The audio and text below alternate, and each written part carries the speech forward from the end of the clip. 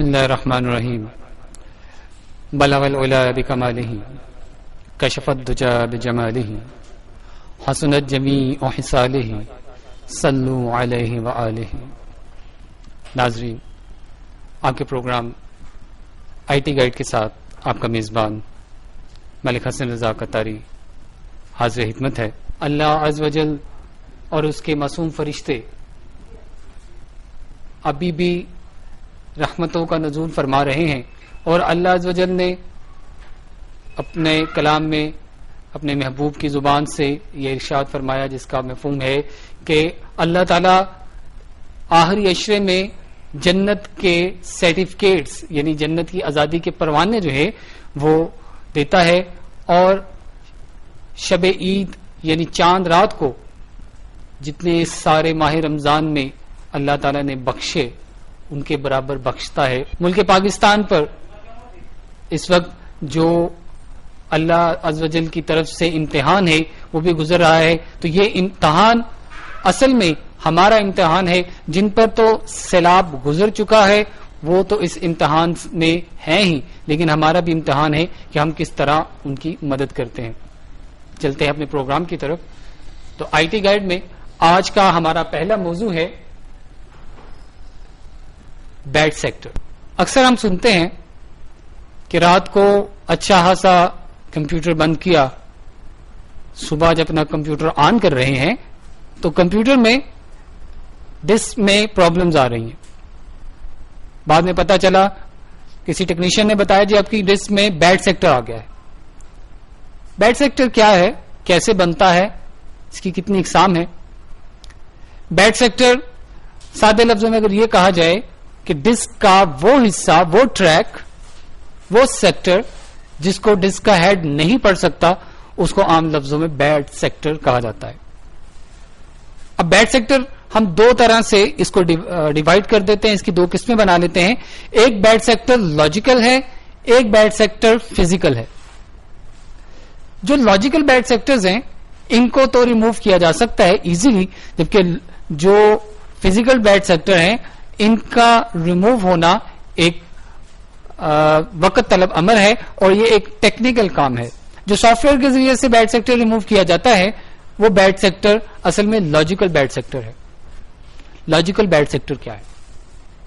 اصل میں جب ہم لاجیکل بیڈ سیکٹر یا نارمل بیڈ سیکٹر کی بات کرتے ہیں تو ہمارا بہت سا ڈیٹا جو ایک ڈسک کے اندر موجود ہے، اگر اس کی فائلنگ جو ہے وہ کرپٹ ہو جاتی ہے، اور وہ اپنی جگہ پر موجود تو ہے لیکن وہ کرپٹ ہو چکا ہے، اور وہ ہارڈ کا جو ہیڈ ہے وہ اس کو پڑھ نہیں پا رہا، اس پر جو ڈیٹا ہے اس پر کوئی عمل نہیں کر پا رہا، اس کو اپنی روٹین کے مطابق چلا نہیں پا رہا، تو یہ کہا جاتا ہے کہ یہ bad sector, logical bad sector ہے. دوسری طرف کمپیوٹر کے ان پراپر شٹ ڈاؤن، آج کل بجلی کا لوڈ شیڈنگ کا چلتے ہوئے یکدم سسٹم کا بند ہو جانا، کیونکہ ہارڈ جو ہے وہ مسلسل کام کر رہی ہے. ہارڈ کے مسلسل کام کرنے پر جب اچانک اس کو آپ روکتے ہیں، یعنی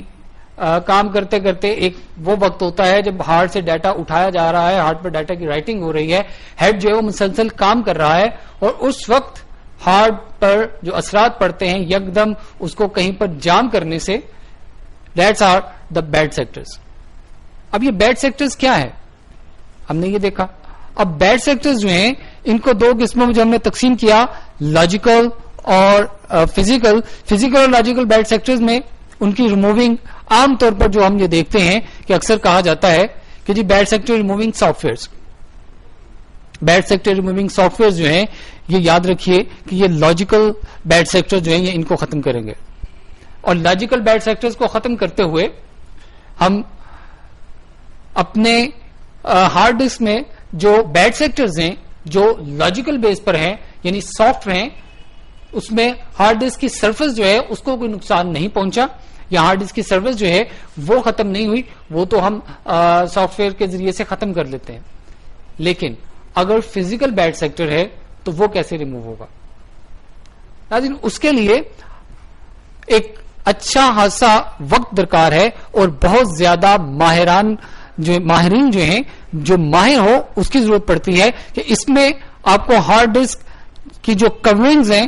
وہ کھولنی پڑتی ہیں, اس کے جو ڈسکس ہیں ان کے اوپر ایک خاص انوائرمنٹ کے اندر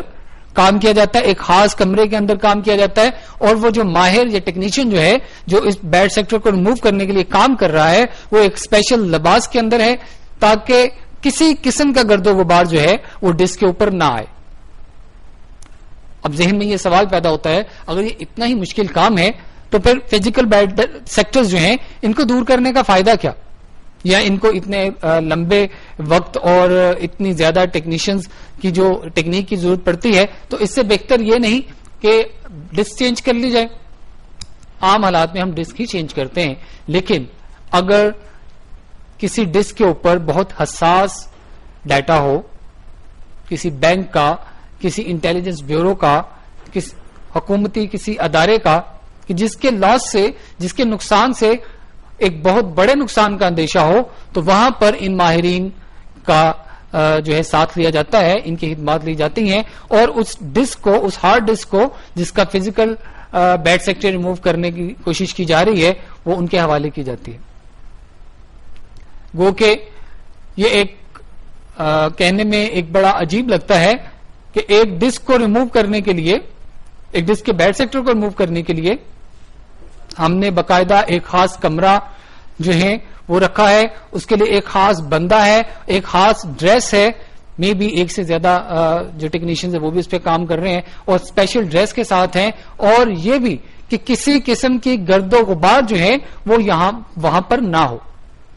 اس اسپیشل کمرے کا, اسپیشل ڈریس کا مقصد یہ ہے کہ ڈسک کے اوپر کسی قسم کا گرد و غبار جو ہے وہ نہ پہنچ سکے, کیونکہ ڈسک جو ہے, ہارڈ ڈسک کے اندر جو ڈسکیں ہیں وہ اصل میں ایسی پرتیں ہیں مقناطیسی کہ جن کو ڈسک کا ہیڈ جو پڑتا ہے, اگر ان کے اوپر گرد و غبار آئے گا تو ظاہر ڈیٹا پھر بھی ڈیمیج ہوگا. لیکن ایک بیڈ سیکٹر کو ریموو کرنے کے لیے ہم باقی جو ڈسک ہے اس کو تو خراب نہیں کر سکتے. اگر ڈسک کے 0 پوائنٹ پر بیڈ سیکٹر آ جائے, جسے عام طور پر عام ٹیکنیشین جو ہے یا عام ہمارے جو ہارڈ ویئر ایکسپرٹس جو ہیں وہ یہ کہتے ہیں کہ جی ڈسک جو ہے بالکل ڈیمیج ہو گئی, یہ صرف آپ ڈیٹا سیو کرنے کے لیے استعمال کر سکتے ہیں, آپ اس سے بوٹ نہیں کر سکتے. بہت سی ڈسک ایسی ہوتی ہیں جو بوٹیبل نہیں رہتی. اس کی وجہ یہ ہے کہ اس کا جو 0 پوائنٹ ہے وہاں پہ بیڈ سیکٹر آ گیا, یعنی جہاں سے ڈسک کی سٹارٹنگ ہے وہاں پر بیڈ سیکٹر آ گیا, اور وہاں سے بوٹ جو ہے وہ نہیں ہو سکتا, کیونکہ بوٹنگ جو ہے وہ ظاہر ڈسک کے شروع سے ہوگی, ڈسک وہاں سے سٹارٹنگ سے لے گا, اور جب ڈسک کا مین پوائنٹ ہی جو ہے وہ بیڈ سیکٹر بن گیا, اور اگر وہ فزیکل بیڈ سیکٹر ہے تو ظاہر ہے وہاں پر بوٹ سیکٹر جو ہے وہ کام نہیں کر رہا, دین اس کو آپ صرف ڈیٹا سیو کرنے کے لیے استعمال کرتے ہیں, اور آپ اس سے آپریٹنگ سسٹم جو ہے اس کو ڈیل نہیں کر سکتے. تو ناظرین, بیڈ سیکٹر جیسے کہ اگر ہم اس کو لفظی مطلب میں لیں تو سیکٹر یعنی حصہ, بیڈ برا, یہاں پر ہم اسے ڈیمیج سیکٹر کہہ دیتے ہیں. ڈسک کا وہ حصہ جو ڈیمیج ہو گیا اور اس ڈیمیج حصے کو ریکور کرنا. بہت کم ایسا ہوتا ہے کہ ریکور کیا جائے. فزیکل جو ہے اس کو جیسے کہ میں نے پہلے کہا کہ کھول کے ریکور کیا جاتا ہے, لیکن پھر بھی بعض لوگ جو اس چیز کا دعویٰ کرتے ہیں یا تو وہ لاجیکل بیڈ سیکٹر ختم کرتے ہیں, یا پھر وہ سافٹ ویئر یا وہ لوگ جو اس چیز کے دعوے دار ہیں وہ اس بیڈ سیکٹر کو ہائڈ کر دیتے ہیں. آپ کی ڈسک کی تھوڑی سی سپیس کم ہوتی ہے, مائنر سی, یعنی آپ کو محسوس بھی نہیں ہوتا کہ ڈسک کی کچھ سپیس کم ہوئی ہے, اور آپ کو بیڈ سیکٹر بھی نظر نہیں آتا, لیکن اصل میں وہ سافٹ ویئر کرتا کیا ہے کہ بیڈ سیکٹر کو ہائڈ کر دیتا ہے, اور ہائڈنگ بیڈ سیکٹر کے بعد آپ کی ڈسک کے اندر آپ کو بیڈ سیکٹر محسوس نہیں ہوتا. لیکن اگر ڈسک کے مختلف حصوں پر بیڈ سیکٹرز ہیں, یعنی ایک اچھی خاصی تعداد میں, جب ان کو ہائڈ کیا جائے گا تو آپ کی ڈسک کی ظاہر ہے وہ اتنی مقدار جتنی مقدار میں بیڈ سیکٹر تھے وہ اس میں سے مائنس کرنی پڑے گی, وہ محسوس ہوگی. جیسے کہ میں نے پہلے کہا کہ اگر 0 پوائنٹ پہ بیڈ سیکٹر ہے پرابلم بنتی ہے, اور اگر 0 پوائنٹ کا بیڈ سیکٹر ریموو کیا جاتا ہے تو ڈیڈ اسپین کو اس کو ہائڈ کر دیا گیا اور 0 پوائنٹ جو ہے وہ آگے بڑھا دیا گیا. تو ناظرین, بیڈ سیکٹر ریموونگ یا لاجیکل بیڈ سیکٹر ریموونگ تو عام ہے, لیکن فزیکل بیڈ سیکٹر کی ریموونگ جو ہے وہ ایک توجہ طلب, ایک وقت دینے والا اور اسپیشل ٹیکنیک کے ساتھ ڈسک کو کھول کے ڈسک کے اوپر کام کرنے والا کام ہے. ابھی بیڈ سیکٹر کی ریموونگ ہم نے دیکھی. اس کے بعد ایک نئی ٹیکنیک ہے جو اکثر ہم لوگ سنتے ہیں اسپیشلی وہ لوگ جو یورپ میں رہے ہیں یا جن کو یورپ کی مختلف جو آپ کہہ سکتے ہیں موویز یا انگلش موویز دیکھنے کا اتفاق ہوتا ہے, تو وہ ایک نئی چیز ہمارے پاس آتی ہے جسے ہم کہتے ہیں گلوبل نیویگیشن سسٹم, یا دوسرے لفظوں میں اس کے لیے گلوبل پوزیشننگ سسٹم, جی پی ایس کا نام دیا جاتا ہے. جی پی ایس یا گلوبل نیویگیشن یہ کیا ہے؟ اصل میں جی پی ایس ایک ایسی ٹیکنالوجی ہے جس کے ذریعے سے ہم کسی بھی جگہ پر پہنچنے کے لیے وہاں کا راستہ جو ہے وہ ہمیں ایک کوڈ دے دیا جاتا ہے جو کہ جی پی ایس کوڈ کہلاتا ہے. وہ جب ہم جی پی ایس کی نیویگیشن مشین جو ہے اس کے اندر یہ اپنے کمپیوٹر میں دیتے ہیں تو ہمیں باقاعدہ اس مقام تک لے جاتا ہے, اس مقام تک لے جاتا ہے کہ جہاں کا کوڈ ہمارے پاس ہے. یعنی یہ ایک کوڈ اس جگہ کے لیے مختص کر دیا گیا ہے, اور جب وہ کوڈ آپ اپنی مشین میں دیں گے تو وہ جگہ کا راستہ یا وہ منزل جو ہے وہ آپ کے سامنے آئے گی. جیسے کہ مختلف جو ہمارے پاس نیویگیشن سسٹمز ہیں گلوبل نیویگیشن کے, آپ یہ کہہ سکتے ہیں مختلف گاڑیوں میں جو یورپ میں چلتی ہیں ٹیکسیز وغیرہ, وہاں پر آپ اس کے اندر جب اپنا وہ کوڈ دیتے ہیں تو وہ آپ کو یہ نہیں بتانا پڑتا کہ مجھے کس علاقے میں جانا ہے, مجھے کس جگہ پر جانا ہے, بلکہ وہ نیویگیشن کوڈ جو ہے, وہ جی پی ایس کوڈ جو ہے وہ آپ کو مین اس جگہ پر لے جاتا ہے جہاں پر کہ آپ کا وہ کام ہے. یعنی جہاں کی آپ نے اس کو کوڈ فراہم کیا ہے اس کوڈ پر آپ کو ٹرانسفر کر دیا جاتا ہے. اگر کوئی اپنے آفس یا گھر سے گلوبل لوکیشن دیتا ہے تو آپ بغیر کسی سے پوچھے, بغیر کسی کو بتائے, یعنی ان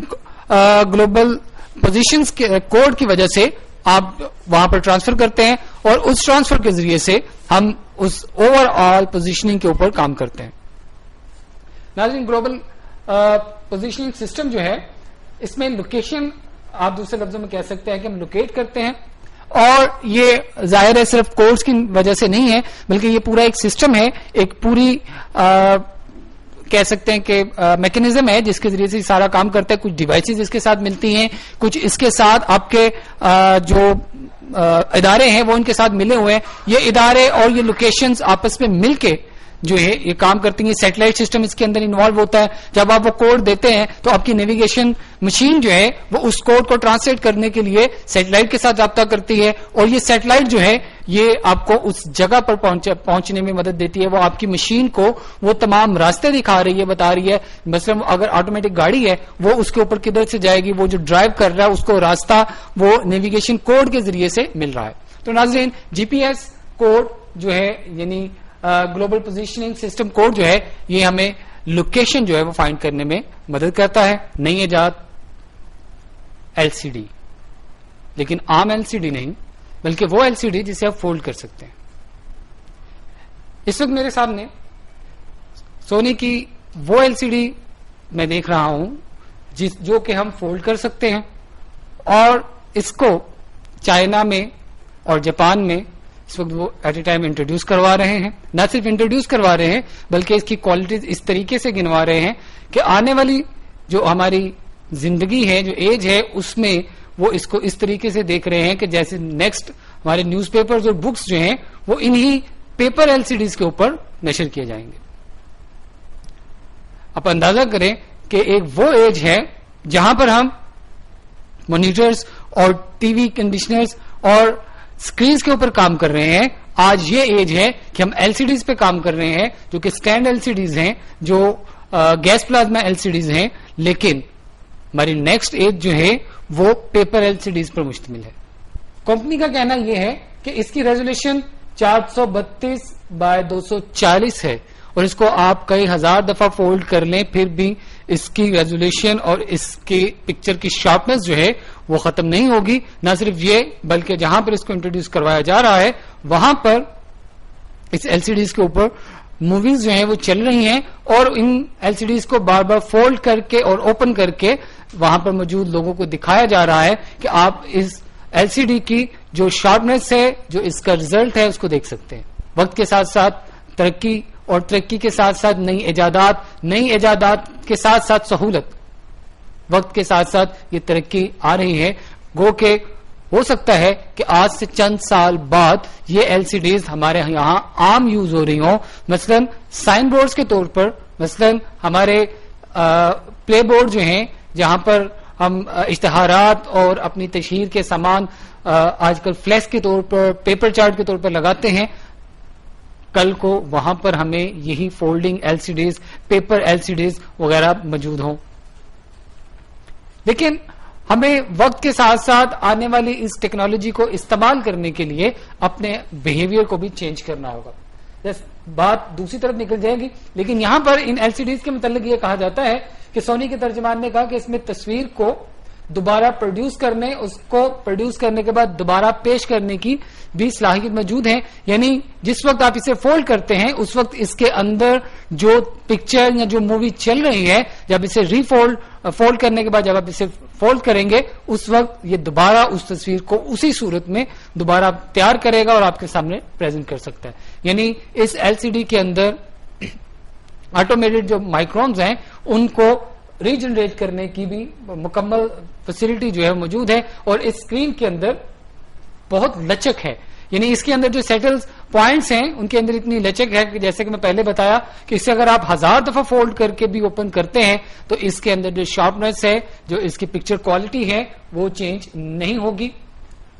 یہ ایک ایسی ایجاد جو آج سے چند سال بعد، یا ہو سکتا ہے کہ آج سے چند ماہ بعد ہم اپنے پاکستان میں اسے دیکھ رہے ہوں، یا اس کے متعلق بعض گز جو ہے آج سے چند سال بعد ہم سنیں. اور یہ بھی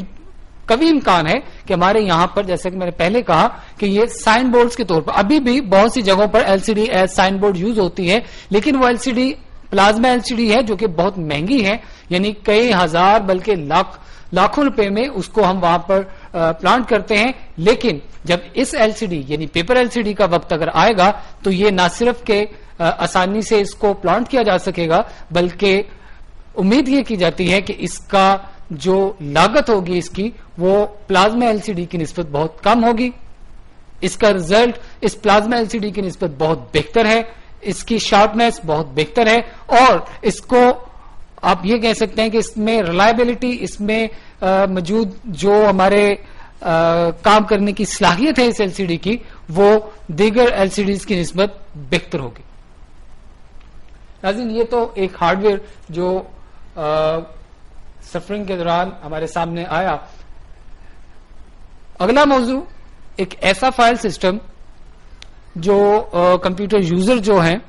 وہ تقریباً ہر دوسرے دن بلکہ تقریباً ہر روز اس کے متعلق بات کرتے ہیں، وہ ہے زپ فائل. سب سے پہلے زپ فائل ہے کیا؟ جیسے کہ ہم لفظ زپ کو اگر یوز کریں تو زپ کا مطلب کسی چیز کو اکٹھا کر لینا. ہم عام طور پر ہماری جیکٹس، ہمارے بیگز وغیرہ پہ زپر موجود ہیں جو کہ دو ڈفرنٹ حصوں کو یعنی دو پارٹس کو آپس میں ملا کے زپ کرتا ہے، یعنی انہیں آپس میں جوڑ دیتا ہے. جب ہم فائلز کو زپ کرتے ہیں اس کا مطلب یہ ہے کہ ہم بہت سی فائلوں کو اکٹھا کر کے ایک فائل کے اندر زپ کرتے اس کو ایک فائل بنا دیتے ہیں. اب یہاں پر نہ صرف ان کو اکٹھا کرنا مقصود ہوتا ہے بلکہ اس کا دوسرا کام یہ ہے کہ اس زپ فائل کے اندر جو ڈیٹا زپ کیا گیا ہے اگر اس کی عام حالت میں کیپیسٹی 10 MB ہے تو ہو سکتا ہے کہ زپ فائل کی کیپیسٹی جو ہے 5 MB 6 7 8 ڈیٹا پہ منحصر ہے کہ وہ کتنا اس کو کم کرے گا. عام طور پر فائل کو کمپریس کرنے کے دو مقاصد جو ہیں وہ یہی ہیں، یعنی بہت سے ڈیٹا کو اکٹھا ایک فائل کے اندر کرنا اور دوسرے نمبر پر اس ڈیٹا کی کیپیسٹی کو کم کرنا تاکہ اگر وہ ضرورت کے مطابق جب اس سے کا کام نہیں ہے تو آپ اسے دوبارہ سے اکٹھا کر کے کہیں رکھ دیں. بالکل اسی طریقے سے جیسے ہم بہت سی چیزیں کسی بیگ کے اندر اکٹھی کر کے رکھ دیتے ہیں، جب ضرورت پڑتی ہے ہم اس بیگ کو اوپن کرتے ہیں، چیزوں کو نکالتے ہیں، ان کو ان کی جگہ پر سیٹ کرتے ہیں، کام لیتے ہیں، اس کے بعد پھر سے انہیں اکٹھا کر کے اس زپ بیگ کے اندر یا اس باکس کے اندر ہم رکھ دیں گے. سیم اسی طریقے سے جب آپ زپ فائلز لیتے ہیں تو ایک فولڈر یا ایک باکس کے اندر ہم اپنی تمام فائلیں جو ہیں انہیں اکٹھا کرتے ہیں جو کہ ایک نام رکھتی ہیں. پہلی بات تو یہ کہ ڈفرنٹ جگہ سے فائلیں اکٹھی ہوئی، ایک جگہ پر اکٹھی کی گئی، ان کو بند کر دیا گیا. دوسرا اس کی کیپیسٹی، واپس عملی زندگی کے اندر اگر 10 چیزیں ایک بیگ میں رکھی جا رہی ہیں تو ان کی جگہ کم ہو گئی، لیکن جب آپ اس بیگ کو اوپن کرتے ہیں تو 10 چیزوں نے جگہ بہت زیادہ لی. پہلی چیز تو انہیں اکٹھا کرنا تھی، اکٹھا تو بیگ کے اندر ہو گیا، زپ فائل بن گئی، لیکن سیکنڈلی جب آپ اس زپ فائل کی کیپیسٹی کو کم کرنے کی دیکھتے ہیں تو یہاں پر وہ کیپیسٹی کے بیز ایم بیز کے اندر جو کیپیسٹی کم ہوتی ہے وہ بھی یہاں پر ہوگی, لیکن یہ ڈیٹا پہ منحصر ہے کہ کون سی فائل جو ہے وہ کتنے % کم ہوگی. اب اس کے لیے جو کمپریسر سافٹ ویئر ہیں جیسے ون زپ ہے, ون ریئر ہے, 7 زپ ہے وغیرہ, یہ کس طریقے سے ان فائلز کو زپ کرتے ہیں کہ ان کی کیپیسٹی کم ہوگی. اس کے لیے ایک بہت آسان سا فارمولا, جو ڈفرنٹ فارمولاز یوز کرتے ہیں لیکن ایک فارمولا جو میں یہاں پر ابھی آپ کو بیان کروں گا اس میں یہ ہے کہ جو چیز ریپیٹیشن ہے, ریپیٹیشن جو ہے اس کو ایک خاص نمبر الاٹ کر کے ایک فارمولے کے ذریعے سے ان کی ریپیٹیشنز کو ختم کر دیا جاتا ہے, ان کی جگہ پہ کوڈ دے دیے جاتے ہیں اور اس طریقے سے وہ جو ریپیٹیشنز کم ہوئی اس کی وجہ سے ڈیٹا جو ہے وہ آٹومیٹکلی کم ہوتا ہے. مثلا اگر آپ کی زپ فائل کے اندر زیادہ ٹیکسٹ فائلیں ہیں تو مے بی کہ وہ 50% تک یا 75% تک اس کا ڈیٹا کا جو حجم ہے وہ کم ہو جائے گا. ایک فائل کو زپ کرنے کے لیے مختلف میتھڈز ہیں, لیکن جس میتھڈ کے اوپر میں یہاں پہ بات کروں گا یہ وہ میتھڈ ہے جس کے اندر کمبینیشنز میں سے جو مشترک یا آپ کہہ سکتے ہیں ایک جیسے پوائنٹس جو ہیں ان کو وہ ایک ویریبل کے طور پر سلیکٹ کرتا ہے اور پھر جہاں جہاں پر وہ موجود ہیں ان کو ختم کر کے ان کی جگہ ایک اسپیشل کوڈ کو انسرٹ کرتا جاتا ہے. اور اس طریقے سے اگر وہاں پر 10 KB ہیں تو مے بی ان 10 KB کی جگہ 1 KB جو ہے وہ یوز ہوتا جا رہا ہے اور وہ 1 KB جو ہے وہ 10 کی جگہ پر جا کے 9 KB کی بچت کر رہا ہے. لیکن جب اسے ڈی کوڈ کیا جائے گا یا دوسرے لفظوں میں انزپ کیا جائے گا دین وہ 1 KB is equal to 10 KB automatically convert ہوتا جائے گا. کس طریقے سے ہوگا؟ مثلا ایک جملہ میرے پاس ہے, I love Pakistan, I am a patriot, you are also a Pakistan and you are also a patriot. یہاں پر کچھ لفظ جو ہیں ہمارے آپس میں ایک جیسے ہیں, پاکستان, لو, پیٹریٹ, ان تمام ورڈز کو اگر وہ آپ گنتی کرتے ہیں, ان کو لکھتے ہیں, یہ ایک مکمل لائنز ہیں. ان لائنز کے اندر جو آپ کے کمبینیشنز ہیں آپ ان کی جگہ پر کوڈ یوز کرتے ہیں. مثلا لو کی جگہ 1, پاکستان کی جگہ 2, پیٹریٹ کی جگہ 3. اب جتنی دفعہ آپ یہ جملہ ریپیٹ کریں گے اتنی جگہ وہاں پر لو, پاکستان, پیٹریٹ لکھنے کی بجائے وہ ان سب کی جگہ پہ کوڈ یوز کرے گا. اب یہ کوڈز جو ہیں یہ جب ان جملوں کے اندر لکھ دیے گئے یعنی وہ فائل کا حجم آٹومیٹکلی کم ہونا شروع ہوا, کیونکہ جتنی بھی ہماری فائلز بنتی ہیں that's are binary code numbers. Binary code numbers bases on 1 and 0, every 0 یعنی ہر صفر اور ایک KB یا ایک بٹ لیتا ہے. ایک بٹ جو ہے وہ آپ کے پاس میموری جو ہے وہ ریسیو کر رہا ہے. اب وہاں پر پاکستان 8 اسپیلز اور ہر جو ایک ہمارے پاس ایک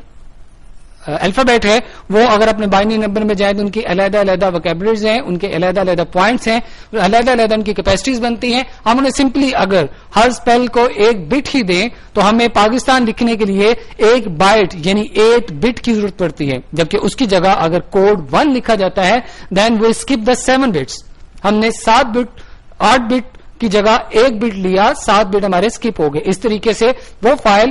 جو 700 KB کی بننی تھی شاید وہ 1 KB کی بنے. یہ صرف کمپریشن کے اندر ہوگا جب آپ اسے کمپریس کر رہے ہیں. اگر یہ ٹیکسٹ فائل ہے دین تو بہت زیادہ کمپریشن ہو جائے گی, لیکن اگر آپ کے پاس ویڈیو فائلز یا آپ کے پاس گرافیکل فائلز ہیں یا آپ کے پاس آڈیو فائلز ہیں تو وہاں پر بھی یہ کمبینیشن بنتے ہیں, لیکن بہت کم کمبینیشن بنیں گے کیونکہ ان فائلز کے ڈائریکٹلی ٹیکسٹ موجود نہیں ہے, بلکہ ان کو پوری کی پوری فائل جو ہے وہ سگنل میں جب کنورٹ ہوتی ہے اور وہاں پر اگر کچھ سگنلز کمبائن ہیں یعنی ان کے اندر کامن سگنلز موجود ہیں تو ان کی جگہ کمبائن نمبرز کو یوز کرتے ہوئے انہیں کمپریس کیا جائے گا. اسی وجہ سے زپ فائلز کے اندر اگر ویڈیو فائلز کی زپ کی جائے یا گرافک فائل کی زپ کی جائے تو وہ شاید اتنی جگہ کم نہیں کریں گے جتنا کہ ٹیکسٹ فائل جو ہے وہ اپنی کمپریشن کے اندر اپنا جو KBs اور MBs کو کلوز کرتے ہیں وہ تقریباً 50 سے 75% تک اپنا ڈیٹا جو ہے اس کو انکلوز کر لیا جاتا ہے. مین کہ جتنی بھی زپ فائلز ہیں وہ ڈفرینٹ قسم کے میتھڈ استعمال کرتے ہیں, بلکہ ابھی تھوڑا عرصہ پہلے ایک نیا سافٹ ویئر یوز ہوا جو کہ وقت تو لیتا ہے لیکن 1 GB ڈیٹا کمپریس کر کے صرف 10 MB یا 50 MB کے اندر انکلوز کر دیتا ہے. یعنی آپ کے پاس ایک CD ہے جس کے اندر آپ کے پاس ڈیٹا ہے جو کہ تقریباً 750 MB کا ہوگا, آپ اس کو اس کے ذریعے سے زپ کرتے ہوئے صرف 70 MB کے اندر انکلوز کر دیتے ہیں. 100 MB is equal to 1 MB. یعنی 100 MB is equal to 1 MB کی کرنے کی اس کے پاس کیپیسٹی ہے. لیکن اس میں صرف ایک چیز کا فرق ہے کہ وہ کمپریشن کا ٹائم بہت زیادہ لے گا, یعنی ٹائم کنزیومنگ سافٹ ویئر ہے. 7-zip کے نام سے سافٹ ویئر کو یاد کیا جاتا ہے, لیکن اس کے اندر وہ اس فائل کو اتنا زپ کرتا ہے کہ وہ 10 MB یا 1 MB یعنی 10% یا 99% اس کو کم کر دے گا.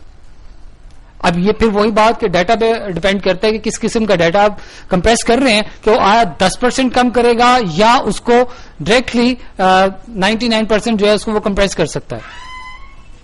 تو ناظرین, کمپریشن یا زپ فائلنگ جو ہے اس کے اندر ڈفرنٹ میتھڈز ہوں گے, لیکن ان میتھڈز کے اندر تقریباً اسی طرح کی ٹیکنالوجی جو ہے وہ یوز کی جاتی ہے, اور انہی ٹیکنالوجیز کی بیس کے اوپر ہم اپنا ڈیٹا جو ہے اس کو وہ سیو کر لیتے ہیں. اب یہ سیونگ جو ہے, یہ اس کا مطلب یہ نہیں ہے کہ ہمارا ڈیٹا جو ہے وہ خراب ہو جائے گا یا مس ہو جائے گا, بلکہ یہاں پر ڈیٹا جو ہے وہ کمپریس ہوگا. جیسے کہ میں نے پہلے مثال دی کہ ایک سوٹ کیس کے اندر یا ایک باکس کے اندر ہم چیزیں اکٹھی کرتے ہیں. جب ہم ان چیزوں کو کسی باکس کے اندر اکٹھا کرتے ہیں تو اس کا مطلب یہ نہیں ہے کہ وہ چیزیں ہم نے غائب کر دی یا ختم کر دی ہیں, بلکہ ان کو اکٹھا کر دیا گیا ہے اس جگہ کے اوپر جو لمیٹڈ جگہ ہمارے پاس ہے. اس لمیٹڈ جگہ کو ہم یوز کرتے ہیں اس چیز کو رکھنے کے لیے, اس چیز کو رکھ کر اس کے متبادل جگہ جو ہے وہ یوز کی جاتی ہے. سیم اسی طریقے سے جب ہم اپنے ڈیٹا کو ایک زپ فائل میں لے لیتے ہیں اور جتنی جگہ اس کی جگہ پر ہمارے پاس خالی بچتی ہے ہم اس کو دوسری جگہ پر استعمال کرتے ہیں. زپنگ کے دو مقاصد جیسے کہ میں نے پہلے کہا, ایک تو ڈیٹا کے لیے جگہ جو ہے اس کو کم کرنا, اور دوسرا مقصد فائلوں کو اکٹھا کرنا. بعض سافٹ ویئرز ہیں جو کہ ڈیپینڈنگ سافٹ ویئر کی جو کام ہے اس کے ڈیپینڈ کرتے ہوئے بہت سی فائلوں کا مجموعہ ہوتے ہیں. مثلا ونڈوز ہے, لاکھوں فائلیں ہیں, آفس ہے, ہزاروں فائلیں ہیں. اسی طریقے سے چند چھوٹے سافٹ ویئر جو کہ 15, 20, 25, 30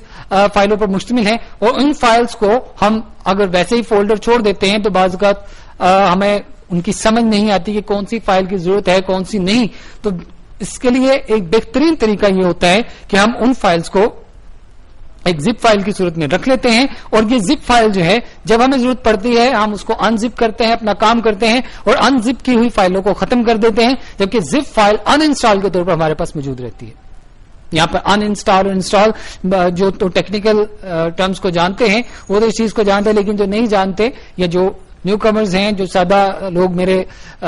اس وقت پروگرام کو دیکھ رہے ہیں, وہ اتنا سمجھ لیں کہ انسٹال کا مطلب یہ ہے کہ ہم کام کرنے کے لیے اپنے سافٹ ویئر کو بالکل تیار کر کے اپنے سسٹم میں رکھتے ہیں, یعنی اس کو صرف چلانا ہے اور کام کر لینا ہے. اور ان انسٹال کرنے کا مطلب یہ ہے کہ اس سافٹ ویئر کو اپنے سسٹم میں سے ختم کر دیتے ہیں. انسٹال کرنا یعنی اندر اس کو لے کے آنا, ان انسٹال کرنا یعنی وہاں سے نکال دینا. زپ سافٹ ویئر ہمارے زپ فائلنگ جو ہے ہمارے کس کس کام آتی ہے, اگر ہم اس چیز پر غور کریں تو ہمارے پاس بہت سے ایسے سافٹ ویئر موجود ہیں جن کے ذریعے سے ہم زپ فائل جو وہ تیار کرتے ہیں. اسی طریقے سے ان زپ کرنے کے لیے بھی ہم تقریباً انہی سافٹ ویئر کو استعمال کرتے ہیں. ناظرین, بہت سے سافٹ ویئر ایسے ہیں جو ان فائلز کو بہت زیادہ کمپریس کرتے ہیں, جیسے کہ ابھی میں نے مثال دی 7-zip کی. اب 7-zip سافٹ ویئر یہ دعویٰ کرتا ہے کہ وہ 100 MB کی فائل کو 10 MB یا 1 MB میں کنورٹ کر دے گا, ڈپینڈنگ آن ڈیٹا. یا تو وہ اسے 10 MB میں کنورٹ کرے گا, یا وہ اسے 1 MB میں کنورٹ کرے گا, یا 50 MB میں کنورٹ کرے گا. ویڈیو, آڈیو, گرافکس ان کے کمپریشن ریٹ کم ہے, جبکہ ٹیکسٹ فائل کا کمپریشن ریٹ بہت زیادہ ہے. یہ 50% تک بھی عام سافٹ ویئر یعنی WinZip یا WinRAR وغیرہ جو ہیں وہ کر سکتے ہیں. تو اسی طریقے سے بہت سے سافٹ ویئر ایسے ہیں جو ان ڈیٹاز کے اوپر کام کرتے ہیں اور ان کو زپ کرنے کی کوشش کرتے ہیں. ناظرین, ہمارے پاس جتنے سافٹ ویئر اتنی ٹیکنیکس. سمجھنے کی بات یہ ہے کہ بیسیکلی کام کیا ہے, ضرورت کیا ہے. تو زپ سافٹ ویئر کا وہی مقصد, وہی کام جو ایک سوٹ کیس کا ہے. دو مقاصد وہی جو ایک سوٹ کیس کے ہیں, جگہ کم کرنا اور جو ہمارے پاس ڈیٹا ہے یا جو سامان ہے اسے ایک ہی جگہ پر اکٹھا کرنے کے بعد جو خالی جگہ بچی اس کو یوز کیا اور اس چیز کو دوبارہ استعمال کرنے کے لیے آسانی سے دستیاب ہونا. تو یہ زپ فائلنگ کے کانسیپٹ ہیں. ناظرین, جیسے ہم پہلے ایک سیکشن اپنے پروگرام میں استعمال کرتے ہیں وہ ہے ویب سائٹ کا سیکشن. آج جو ایک ویب سائٹ ہم انٹروڈیوس کروائیں گے, یہ ویب سائٹ اس طریقے سے تو نہیں کہوں گا بہت کام کی کہ جس طریقے کے پہلے ہم نے ویب سائٹس دیکھی ہیں, لیکن یہ اب یہ کہہ سکتے ہیں کہ کوڈنگ ویب سائٹ ہے. آپ کسی کو ایک پیغام دینا چاہتے ہیں, سیکرٹ پیغام, اور وہ پیغام سمپل آپ لکھیں, لیکن جب آپ اسے لکھیں گے تو وہ ایسا لکھا جائے گا کہ لکھے ہونے کے باوجود وہ پڑھا نہیں جائے گا. بالکل اسی طریقے سے کہ لکھیں گے آپ انگلش میں, پڑھنے والے کو پتا نہیں وہ کون سی زبان لگے گی. ویب سائٹ ہے fliptext.org, www.fliptext.org, fliptext.org. یہ ایک ایسی ویب سائٹ ہے جہاں پر آپ کو پیج کے اوپن ہوتے ہی ایک ٹیکسٹ باکس نظر آئے گا. جس ٹیکسٹ باکس کے اندر آپ اپنا ٹیکسٹ لکھیں گے, اسی ٹیکسٹ باکس کے نیچے ایک دوسرا ٹیکسٹ باکس ہوگا. اس ٹیکسٹ باکس کے اندر اسی ٹیکسٹ کو, جو ٹیکسٹ آپ نے لکھا ہے, اس کا فلپڈ ورژن آپ کو نیچے ملے گا, سیدھے سے الٹا, دائیں سے بائیں. یعنی ڈیٹا جو ہے وہ فلپ کر دیا گیا, اس کی ایسی شیپ بن گئی کہ اگر آپ اسے بظاہر پڑھنے کی کوشش کریں تو شاید نہیں پڑھ سکیں گے. نہ صرف کہ انگلش بلکہ آپ جو بھی لینگویج اس کے اندر لکھیں گے. مثلا میں نے یونیکوڈ میں اردو میں ٹیکسٹ لکھا, اس نے اس کو بھی سیم اسی طریقے سے فلپ کیا. انگلش میں لکھا, اس کو فلپ کیا. اور اب یہ فلپ کرنا جو ہے وہ کیسا ہے کہ نہ صرف کہ ٹیکسٹ بالکل پڑھے جانے کے قابل نہیں رہتا بلکہ اس کی بالکل شیپ چینج ہو گئی. fliptext.org ایک سمپل سے ٹیکسٹ باکس کے اندر لکھا گیا ٹیکسٹ ہے. یہ ٹیکسٹ جو آپ نے لکھا اس کا ایک فلپ ورژن آپ کو نیچے والے ٹیکسٹ باکس میں موجود ملا. آپ اس ٹیکسٹ باکس کے ذریعے سے ڈیٹا کو کاپی کر کے کہیں پہ بھی پیسٹ کریں گے تو سیم اسی فلپ پوزیشن میں ہی رہے گا. یعنی یہ فلپ پوزیشن جو ہے یہ اصل میں وہ کوڈز ہیں جو کمپیوٹر جو ہے وہ کنورٹ کرتا ہے. ایک آپ یہ کہہ سکتے ہیں کہ دوسرے لفظوں میں یہ گرافیکل شیپ ٹائپ بن جاتا ہے, کیونکہ گرافیکل شیپ ہے نہیں, لیکن بظاہر اسے اگر آپ دیکھتے ہیں تو یہ ہمارے اس ٹیکسٹ کو فلپ کر کے جو شکل بنائی گئی ہے وہ عام طور پر جیسے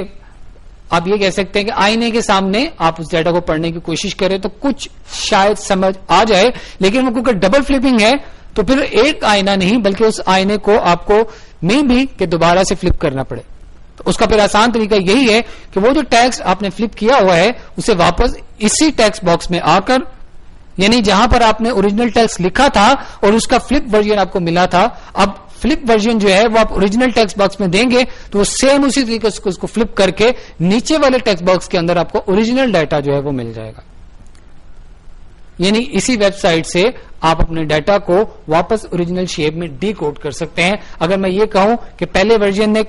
اسے کوڈ میں کنورٹ کیا تھا تو دوبارہ اسی ورژن کو یوز کرتے ہوئے آپ اسے ڈی کوڈ کر سکتے ہیں. تو یہ fliptext.com ایک ایسی ویب سائٹ جس کے ذریعے سے ہم اپنے ٹیکسٹ کو فلپ کر سکتے ہیں. ناظرین, ایک ہمارے جو اسٹوڈنٹس ہیں ہمارے ساتھی اسپیشلی انگلش سے جو الرجک ہیں یا انگلش کی تیاری کرتے ہوئے جو بہت زیادہ تکلیف کا سامنا کرنا پڑتا ہے, وہاں پر ایک چیز آتی ہے ایڈیمس. اسپیشلی انٹر اور بیچلرز کے اسٹوڈنٹس جب اپنی انگلش کی تیاری کرتے ہیں تو وہاں پر ایڈیمس نام کا جو ایک ہمارے پاس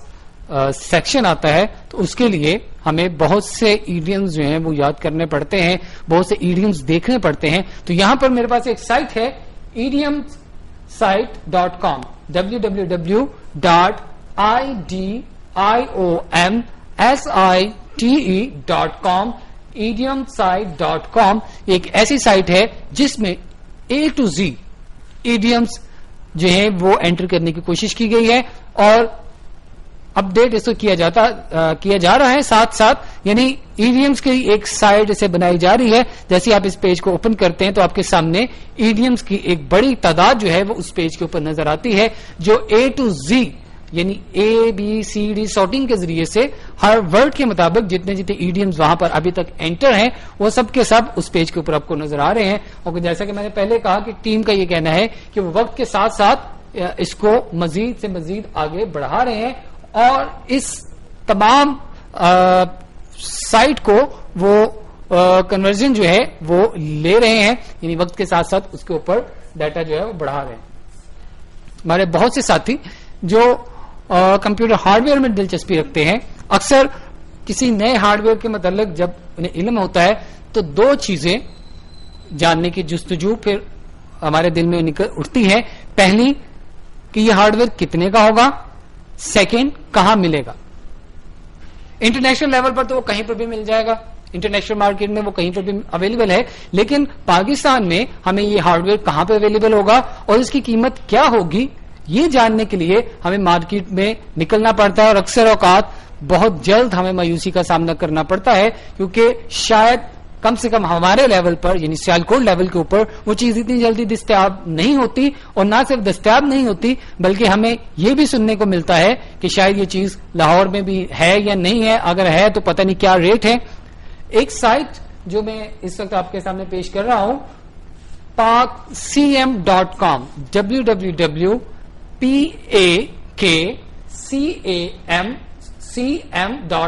pakcm.com. یہ وہ سائٹ ہے, جب آپ اس سائٹ کے اوپر وزٹ کریں گے تو مختلف ہارڈ ویئر ڈیوائسز, مختلف سسٹمز, نہ صرف کے نئے بلکہ سیکنڈ ہینڈ ڈیوائسز کے متعلق بھی آپ کو وہاں پر انفارمیشن ملتی ہیں. اور یہاں پر موجود جو پرائسز ہیں نارمل مارکیٹ سے اس کا بہت کم فرق, میں بھی 100 یا 200 300 تقریباً اتنے کا ڈفرنس آپ کو ملے گا. یعنی پاکستان کے اندر موجود ڈیوائسز کے متعلق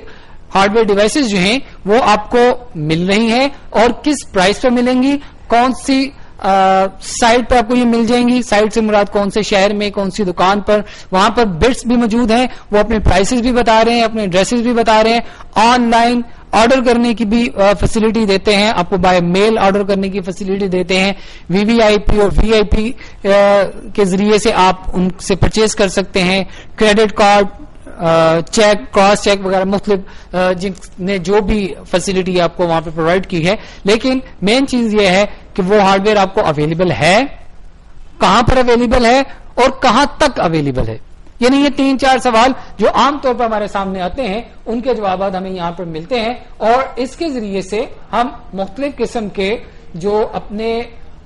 ہارڈ ویئرز ہیں ان کے متعلق جاننے کی کوشش کرتے ہیں اور ان کی پرائسز کے متعلق ہم پتہ کرتے ہیں. ناظرین, ایک مزید سائٹ جو میرے پاس موجود ہے urdurasala.com, www.urdurasala.com, urdurasala.com ایک ایسی ویب سائٹ جیسے کہ نام سے ظاہر ہے اردو کا ایک میگزین. اس میگزین کے اوپر جب آپ یہاں پر انٹر ہوتے ہیں, it is not only a magazine بلکہ ایک لائبریری جس کے اوپر آپ کو مختلف کہانیاں, ناولز, افسانے میکسیمم لیول پر موجود ہیں. یہاں پر ممبرشپ بنانی پڑے گی. یہاں پر ممبرشپ 2 قسم کی ہے,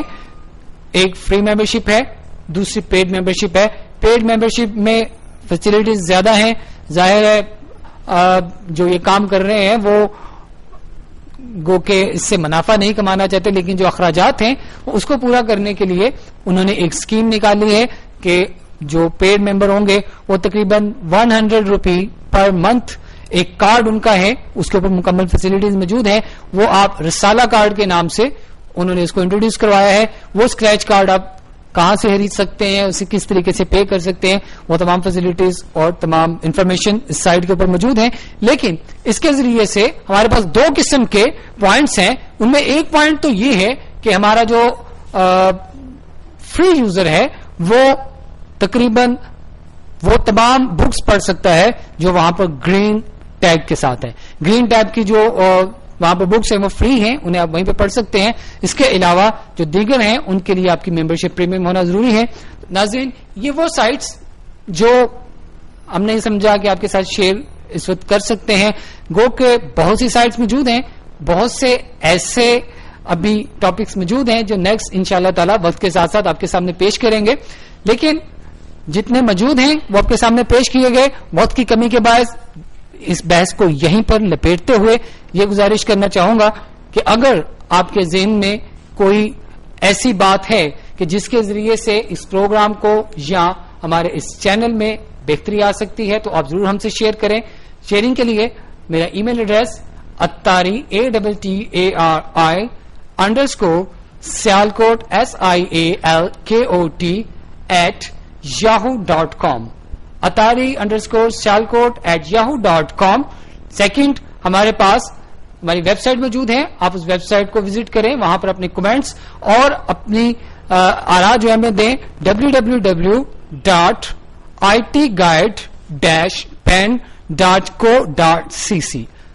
itguide-pen.co.cc پر آپ نہ صرف کہ آئی ٹی گائیڈ کے ریکارڈیڈ پروگرام آپ کو وہاں پہ ملیں گے, بلکہ کمنٹ سیکشن کے اندر آپ اپنی آراء سے بھی ہمیں نواز سکتے ہیں. آپ اپنے کمنٹس وہاں پر دیں ان الفاظ کے ساتھ کہ اپنے ارد گرد اور اپنے ساتھیوں کا, اپنے گھر والوں کا بہت زیادہ خیال رکھیے, اور اپنی دعاؤں میں مجھے اور میری ٹیم کو یاد رکھتے ہوئے اجازت دیجیے. اگلے پروگرام میں پھر ملاقات ہوگی, تب تک کے لیے اللہ حافظ.